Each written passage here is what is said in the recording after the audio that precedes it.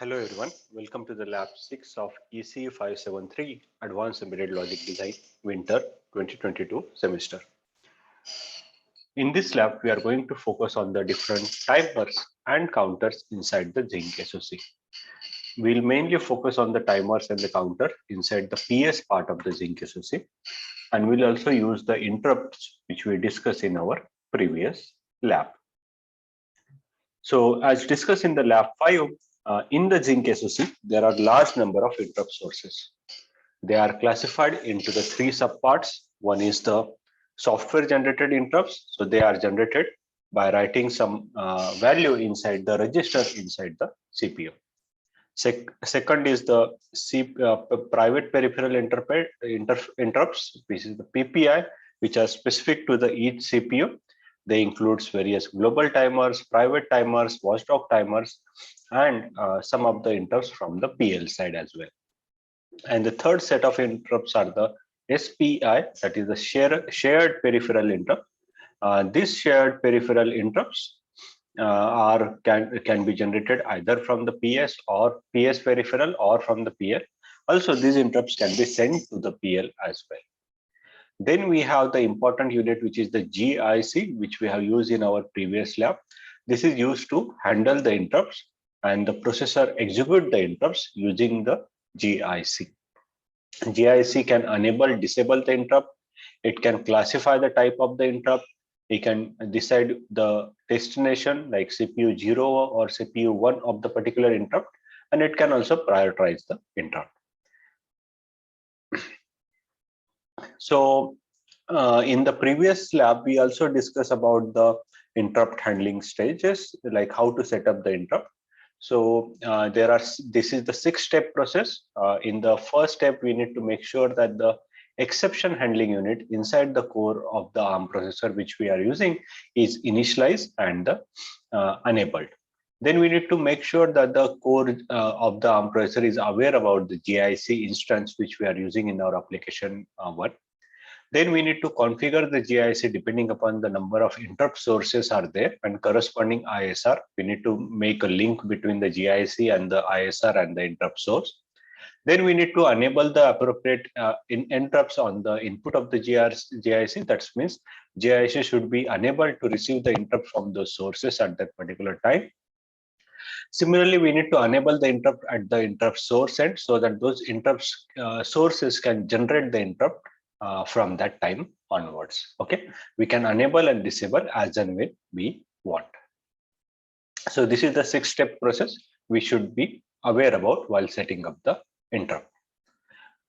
Also, when we were discussing the Zinc architecture, and also you will see in the different timers and counter, each one of them operates at the different clock frequency. So there are certain nomenclatures has been used while defining the clock frequency. For example, CPU 1x indicates the lowest possible clock frequency. For example, in our case, in the Z board, it is 111.11 megahertz. For example, if it is 133 megahertz for a lowest clock frequency of 133 megahertz, the other frequencies are given in this table. Similarly, another example is for the 150 megahertz.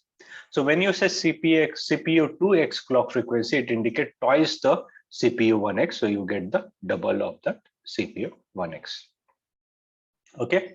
Then when you say CPU 3x, here it indicates almost 3 times of the 133. And here this 2x indicates the same as the 2 times. While CPU 6x indicates 6 times of the CPU frequency, and 4x indicate the 4 times of the CPU frequency. So depending upon either 6-to-1 configuration or 4-to-1 configuration, you will be able to find out the different frequencies at the different sections of your Zinc SoC. For example, your APU timers, you will see that they are works at the CPU 3x, 2x. Similarly, some peripheral works at CPU 2x, while some other works at CPU 1x. Most of the part of the CPU system, coprocessor, Snoop control unit, on-chip memory, interconnect, they worked on the highest frequency, which is the 6x or 4x. So now coming back to the counters and the timer, in the Zinc SoC, we have large number of different number of the counters and timer. For example, in our previous lab, we discussed about the global timer, which was the 64-bit timer. So we are not going to discuss in the today's lab because we have already used that. Then inside each CPU, there is a CPU specific watchdog timer and the CPU private timer. So we are going to use this one in our first lab. We are going to discuss the overall concept of the watchdog timer, but we are not going to use the CPU specific watchdog timer. We are going to use the system specific watchdog timer in our second part of the today's lab. And in the third part of the today's lab, we are going to use the TTC. This is the triple timer counter, and how it is different. We are going to understand how it is different from the other timers. Okay, so in the today's lab, we basically need to understand how each timer can be used and how we can set up the interrupts using this timer to get the desired functionality. Okay, so these timers can generate the interrupt. These timers can generate these timers can generate the interrupts as well as they can generate the reset, and we will discuss more about this in the step-by-step manner. So the global timer which we have used in the past, we are not going to use today. It is, you can use it, you can later explore it as a self-study option. It is a 64-bit timer and it operates at the half of the CPU frequency as discussed previously. We use the global timer in the polling mode, but now you should be able to use this in the interrupt mode, either by using the information we discussed in the last lab, or even today's lab, we are going to discuss how to enable the interrupt in the timer. You can use the same concept for the global timer, but this we are not going to cover in our lab session. So now we'll start with the first part of our lab, which is the lab 6, which is the private timers. So inside the CPU, there is a 32-bit private timer is there. There is again a 32-bit watchdog timer is there, but we are not going to focus on this watchdog timer. We'll focus on the system watchdog timer. So I'll skip the discussion on this watchdog timer, but this is just for your information. I'm just mentioning that inside the CPU, there is a 32-bit timer and 32-bit watchdog timer. They are clocked at the half of the CPU frequency like global timers. Okay, this counter generates the interrupt when they reaches the value 0. So these are the down counter. You will load this counter with say value X, then they will count down, and when they reach 0, they can generate the interrupt. So the period of the interrupt, that is the time event or time interval between the two interrupts, you can control by controlling this X value. They can operate in the single shot mode, which is also called as a normal mode, or auto reload mode. Single shot mode means you configure the timer with the say value X, then you start the timer, it will count down to 0, and then it will generate the interrupt, and the counter will stop. In the auto reload mode, after generating the interrupt, counter will get reloaded with the X value X. Again, it will count down to 0. It will generate the interrupt. Again, it will reload itself to X, and so on. So this is called as a auto reload mode. So whenever you want to generate the periodic interrupt, you can use the auto reload mode. You can configure the starting value of the counter, that is X. You can configure it by using the drivers. Now, the interval between the interrupts can be controlled by controlling the X, which can take the 32-bit value. But again, you will have some limited flexibility on how much you can control the interval between the interrupt. Another way to control the interval between the interrupt is by using this prescaler. So what it does, it takes the CPU frequency, which is the fCPU divided by 2, which is the input frequency, and this is further divided by the some 8-bit prescaler value. So you divide this frequency further, that fCPU divided by 2 by some prescaler value here, which is the 8-bit value. So you can do the division maximum up to 256, so that you can get a better control over the interrupt period. So you can set this prescaler value by using the drivers. So as I told you, for every timers and counters, you have a register, and by controlling those register, you control register, and by reading the status register, you can know the status of the timer. So for example, for loading the timer with the value X, you have the timer load function. For knowing the current value of the timer, you have the timer counter register, which you can read it. For controlling the operation of the timer, you have the control register, like enabling the timer, auto reloading, setting up the interrupt and all those things. To know the status of the interrupt, clear the interrupt, you have the interrupt register. So these are the register we need to understand and we need to make use of it. Similar to the private timer, for the private watchdog, there are also register, but we won't discuss it now. We will discuss it with respect to the system watchdog timer, but the concept will remain the same. For every interrupt source, there is an interrupt ID is given to it. For example, in our DMA interrupt also, there is an ID is given to it. And you will see that for the CPU private timer, there is an interrupt ID 29, which we'll need to use in our application code to inform the GIC about the source of the interrupt. So this table gives us that the interrupt ID for the CPU private timer is 29. Okay, and for every IP, there is a .h file. So for example, for this private timer we are going to use, there is a SCU timer.h file is there.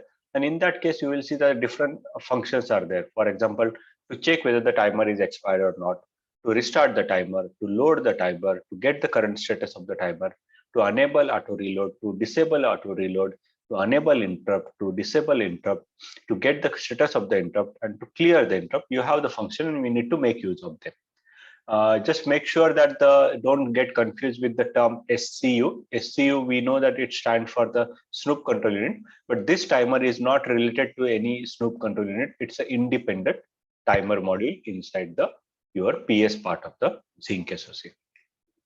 Okay. So with this, we'll now move to the programming. In the programming, first thing is we need to create a block diagram. Block diagram is very simple. We just create a Zinc SoC where since we are going to use the same block diagram for all the three parts of the lab 6, what we are going to do, we are going to enable the watchdog timer as well as the triple timer counter for the lab part 2 and lab part 3, and the private timer is already enabled by default. And then we are going to use the ILA to analyze the output of the watchdog timer as well as the wave output. This will be used only in the part 2 and the part 3. Okay, and then we will write application code. In the application code, the process remains the same. You first configure the timer, then you configure the set interrupt for the timer, write the ISR. In the ISR, you check the status of the interrupt and generate a flag signal, which will be used in the application code. Load the timer and then start the timer. When the timer will expire, it will generate the interrupt so that the flag will be set up in the ISR. This flag we will keep on checking in the main code, and once this flag is set, we will then restart the timer because we are not using the auto reload mode. Then we will have the counter after 3 interrupt 1. We will stop the timer and we'll exit the application by disconnecting the interrupt. Okay, so this is what we are going to do in the lab session. So now let's move to the lab session and we'll discuss the corresponding block diagram and the corresponding code. So this is the block diagram. Again, block diagram is very simple. In the Zinc SoC, you will disable all the GP port, all the AXI port, because we don't want to use it. And then in terms of the timer, you should make sure that you enable the TTC and SWDT timer, which will be used in the part 2 and part 3. Make sure that inside the clock, inside the peripheral configuration, inside the APU, timer 0 and watchdog is enabled. Inside the clock, make sure that the watch timer clock is 101.11 megahertz by default. So you need to take care of it, and then make sure that you disable the other unit. For example, GP port you need to disable. Similarly, for the reset port, F clock reset, you can disable it. This can be done by going into the general and enable clock reset. You can disable those things. Okay. After you do that, you can add the ILA. In the last lab, we used the system ILA because we wanted to check the AXI as well as non-AXI interface. But here we can use the normal ILA, which is the integrated logic analyzer. Inside that, you can just have the native interface with the 2 port, and you can collect the watchdog reset and the triple timer output. This is for the lab 2 and the lab 3. After this, generate a bit stream, and then we'll move to the SDK part. So in the SDK part, again, I will write a very simple code, which is more or less similar to the previous week code with the replacement of DMA with the SCU timer. So you can see that I have removed that dma.h file and added the SCU timer.h file. Okay. Then you can see that I want to reload the timer with some value X. Ideally, this value should be 32-bit. Somehow I use the 16-bit, but you can use the 32-bit value. It's not a problem. Then in the ISR timer ISR, I'll have the local instance of the timer using the callback reference, which is passed by the GIC. And then I'll check whether the timer has really expired or not. If yes, then I'll clear the interrupt status and will make the flag is equal to 1. Okay, this is the timer ISR. Then we'll go to the main code before going to the interrupt setup. So in the main code, the first thing I need to do is that configure the timer via lookup config and config initialize function. And then there is an additional step, which is the optional step. You can skip it. That is for the self state. It is just check that the timer has been initialized correctly and it is working fine. Then you can set up the interrupt setups. What you are going to pass is the GIC instant and your timer instant along with this interrupt source ID, which is 29 for the SCU timer. Again, in the timer interrupt status, you are going to follow the 6-step process. First, before the 6-step process begin, you need to configure the GIC via config initialize and the lookup config function. Then the step 1, you initialize the handler exception handling unit in the ARM processor. Then you connect that exception handling unit with the GIC instance. Then you connect our interrupt source ISR with the GIC. Then you enable the interrupt inside the GIC, enable the interrupt in the SCU timer, and you start the exception handling unit. So these are the 6-step process, which is same as the previous lab. After you set up the interrupt, okay, I'll load the timer with some value, and then I'll start the timer. I have disabled the auto reload mode, but you can enable it if you want. Now what I'll do is that after the timer is started, I'll wait for the interrupt to happen. So inside the while loop, I have another while loop to wait for that flag to become 1. Once that flag becomes 1, I can replace this while loop with the I need this while loop to wait for the flag to become 1. Once that flag becomes 1, I'll reset that flag. Okay. Then I'll increment my interrupt counter. I'll display the number of that interrupt. And once I receive the 3 interrupt, I'll stop the counter. I'll no longer restart the counter, and I'll break from this while loop. Then I'll, in case the number of interrupts are less than the 3, I'll then restart my timer. Okay. So with this, we are done with this application code, and now we will verify the functionality on the remote hardware, or if you have the local board, you can verify it on the local board.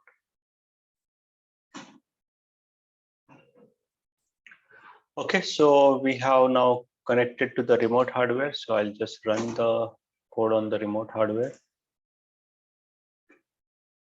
Make sure you select the appropriate ELF file, configuration settings, and then click on debug.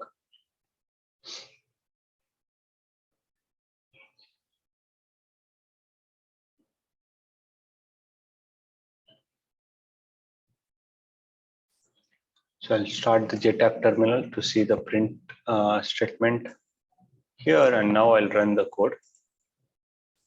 So you can see that after 3 interrupts has been received, my application has exited the processor, and you can see that now I'm in the exit code. And you can see on the display, I saw that there are 3 interrupts has been received.